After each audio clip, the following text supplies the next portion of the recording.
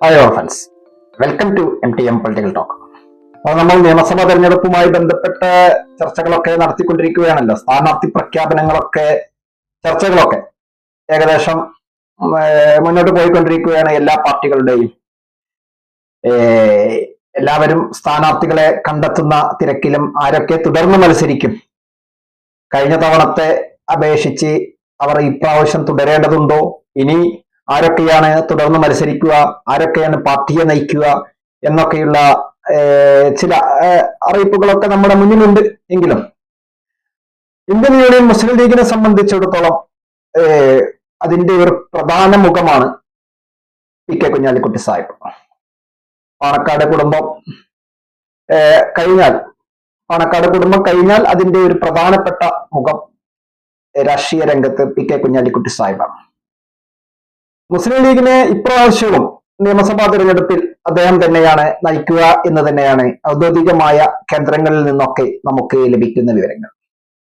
PK Kunhalikutty Sahib ഇപ്രാവശ്യവും Indian union Muslim ലീഗിനെ നിയമസഭാ തെരഞ്ഞെടുപ്പിൽ നയിക്കും എന്ന് തന്നെയാണ് ഇപ്പോൾ നമുക്ക് ലഭിച്ചുകൊണ്ടിരിക്കുന്ന വിവരങ്ങൾ. അദ്ദേഹം തന്നെ നായകനായി തന്നെയാണ് ഇപ്രാവശ്യം ഇന്ത്യൻ യൂണിയൻ മുസ്ലിം ലീഗ് നിയമസഭാ ഇലക്ഷനിൽ മത്സരിക്കുന്നത്. നിയമസഭാ ഇലക്ഷനെ നേരിടുന്നത് UDF-ന്റെ പ്രധാന ഘടകകക്ഷിയാണല്ലോ ഇന്ത്യൻ യൂണിയൻ മുസ്ലിം ലീഗ്. UDF-ലെ പ്രധാന നേതാവും തന്നെയാണ് PK കുഞ്ഞാലിക്കുട്ടി സാഹിബ്. അദ്ദേഹം തന്നെയാണ് ഇപ്രാവശ്യവും ഇന്ത്യൻ യൂണിയൻ മുസ്ലിം ലീഗിനെ നയിക്കുക എന്ന് തന്നെയാണ് ഇത് നമുക്ക് വ്യക്തമായ വാർത്തകളിൽ നിന്നൊക്കെ മനസ്സിലാകുന്നത്. അദ്ദേഹം മലപ്പുറം, കുറ്റിപ്പുറം, വേങ്ങര എന്നീ മണ്ഡലങ്ങളിൽ നിന്ന് നിയമസഭയിലേക്ക് 8 പ്രാവശ്യം തിരഞ്ഞെടുക്കപ്പെട്ട ആളാണ്. 8 പ്രാവശ്യം അദ്ദേഹം നിയമസഭാ അംഗമായിട്ടുണ്ട്. 2 പ്രാവശ്യം ലോകസഭാ അംഗമായും തിരഞ്ഞെടുത്ത് പാർട്ടിയെ നയിച്ചും മുന്നണിയെ നയിച്ചും, പാർട്ടിയെ മാത്രമല്ല UDF സംവിധാനത്തെ തന്നെ നയിച്ച് വളരെ കഴിവ് തെളിയിച്ച എല്ലാവർക്കും ബോധ്യമായ ഒരു നേതാവ് തന്നെയാണ് PK കുഞ്ഞാലിക്കുട്ടി സാഹിബ്. അപ്പൊ അദ്ദേഹം തന്നെയാണ് ഇപ്രാവശ്യവും ഇന്ത്യൻ യൂണിയൻ മുസ്ലിം ലീഗിനെ നയിക്കുക എന്ന് തന്നെയാണ് ഔദ്യോഗിക കേന്ദ്രങ്ങളിൽ നിന്ന് വിശ്വാസയോഗ്യമായ വിവരങ്ങൾ പുറത്തു വരുന്നത്. സ്ഥാനാർത്ഥി പട്ടികയിൽ പുതുമുഖങ്ങൾ വരാൻ സാധ്യതയുണ്ട് എന്ന് തന്നെയാണ് മുസ്ലിം ലീഗ് നേതൃത്വവുമായി ബന്ധപ്പെട്ട വാർത്തകളിൽ നിന്നൊക്കെ നമുക്ക് മനസ്സിലാക്കാനുള്ളത്. യുവാക്കൾക്കും വനിതകൾക്കും ഇപ്രാവശ്യം കൂടുതൽ സാധ്യതയുണ്ട്. അനുഭവ സമ്പത്ത് ഉള്ളവരെ പൂർണ്ണമായി മാറ്റില്ല എന്നും കൂടി അതോടുകൂടി വായിക്കേണ്ടതാണ്. സാദിഖ് അലി ശിഹാബ് തങ്ങൾ പ്രസിഡന്റായി നേതൃത്വം കൊടുക്കുന്ന ഇന്ത്യൻ യൂണിയൻ മുസ്ലിം ലീഗ്, അതിന്റെ രാഷ്ട്രീയ നേതൃത്വം PK കുഞ്ഞാലിക്കുട്ടി സാഹിബ് തന്നെയായിരിക്കും ഇപ്രാവശ്യം നിയമസഭയിലേക്ക് പാർട്ടിയെ നയിക്കുക എന്ന് തന്നെയാണ് ഇതിൽ നിന്ന് നമുക്ക് മനസ്സിലാക്കാനുള്ളത്. ഇതിൽ തന്നെ 3 ടൈം പൂർത്തിയാക്കിയ MLA-മാരുണ്ട്. അവർക്ക് കഴിഞ്ഞ പ്രാവശ്യമാണ് മുസ്ലിം ലീഗ് ഇങ്ങനെ ഒരു 3 ടൈം പൂർത്തിയാക്കിയവർ മാറി നിൽക്കണം, അല്ലെങ്കിൽ പ്രത്യേക ഇളവ് നേടുന്നവർ പിന്നെ വീണ്ടും മത്സരിക്കണം എന്ന ഒരു നിയമം കൊണ്ടുവന്നത്. ആ നിയമത്തിൽ ഇപ്പോൾ പെടുക PK Kunhalikutty Sahib Vengara, KPA Majeed Sahib Tirur, doctor MK Muneer Sahib Koduvally, Manjalamkuzhi Ali Mankada, PK Ubaidulla Malappuram, PK Basheer Eranad, N Shamsuddin Mannarkkad, NA Nellikkunnu Kasaragod. ഇവരൊക്കെ 15 വർഷം പൂർത്തിയാക്കിയവരാണ്.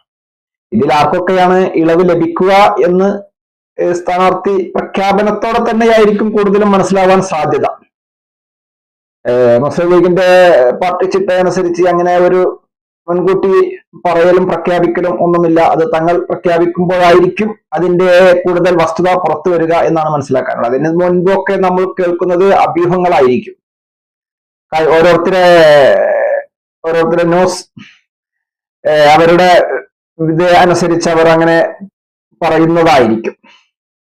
അതിന്റെ വ്യക്തമായ വിവരം നമുക്ക് അവരുടെ സ്ഥാനാർത്ഥി പ്രഖ്യാപനം നടക്കുമ്പോൾ മാത്രമായിരിക്കും മനസ്സിലാവാനുള്ളത് എന്നാണ് അതിൽ നിന്ന് നമുക്ക് മനസ്സിലാക്കാനുള്ളത്. എന്തായാലും ഈ 15 വർഷം പൂർത്തിയാക്കിയവരിൽ ആർക്കൊക്കെ ഇളവ് ലഭിക്കും? PK കുഞ്ഞാലിക്കുട്ടി സാഹിബ് അദ്ദേഹം നിയമസഭയിലേക്ക് മത്സരിക്കും, അദ്ദേഹത്തിന് അത് ഇളവ് പ്രത്യേകമായി അനുവദിക്കും എന്നുള്ളതിൽ തർക്കമില്ല. അപ്പോൾ അത് കഴിഞ്ഞു ബാക്കി മജീദ് സാഹിബ്, MK മുനീർ, മഞ്ഞളാംകുഴി, ഉബൈദുള്ള, ബഷീർ, ഷംസുദ്ദീൻ നെല്ലിക്കുന്ന് ഇതിലാർക്കൊക്കെയാണ് ഇളവ് ലഭിക്കുക എന്നതാണ് ഇനി നമുക്ക് അറിയാനുള്ളത്. അപ്പോൾ ആ ഇളവ് ലഭിക്കുന്നവരിൽ മത്സരിക്കും പുതുമുഖങ്ങൾ ആയ യുവാക്കൾക്ക്, യുവാക്കൾ എന്ന് പറഞ്ഞാൽ യൂത്ത് ലീഗിന്റെയും MSFന്റെയും പ്രധാന ആൾക്കാർക്ക് മത്സരിക്കാൻ സീറ്റ് കൊടുക്കാൻ സാധ്യതയുണ്ട്. വനിതാ ലീഗിൽ നിന്നും മത്സര രംഗത്തേക്ക് വരാൻ സാധ്യതയുണ്ട് എന്നൊക്കെയാണ് ഇപ്പോൾ പറഞ്ഞു കേൾക്കുന്നത്. ഏതായാലും ഇതുമായി ബന്ധപ്പെട്ട് സ്ഥാനാർത്ഥി ചർച്ചകൾ നടക്കുമ്പോഴായിരിക്കും അതിന്റെ ഒരു പ്രഖ്യാപനങ്ങളിലേക്ക് നമുക്ക് വസ്തുതയിലെത്താൻ സാധിക്കുകയുള്ളൂ. കാരണം അതിൽ UDF സംവിധാനത്തിന്റെ ചർച്ച കഴിഞ്ഞതിന് ശേഷമായിരിക്കും ഓരോ പാർട്ടിയുടെയും ചർച്ചകൾ വരുന്നത്. ആദ്യം UDF സംവിധാനത്തിന്റെ ചർച്ചയാണ് ആദ്യം വരാനുള്ളത്. അത് പൂർത്തിയാക്കിയതിനു ശേഷമാണ് ഓരോ പാർട്ടികളുടെയും ചർച്ച നടക്കുക.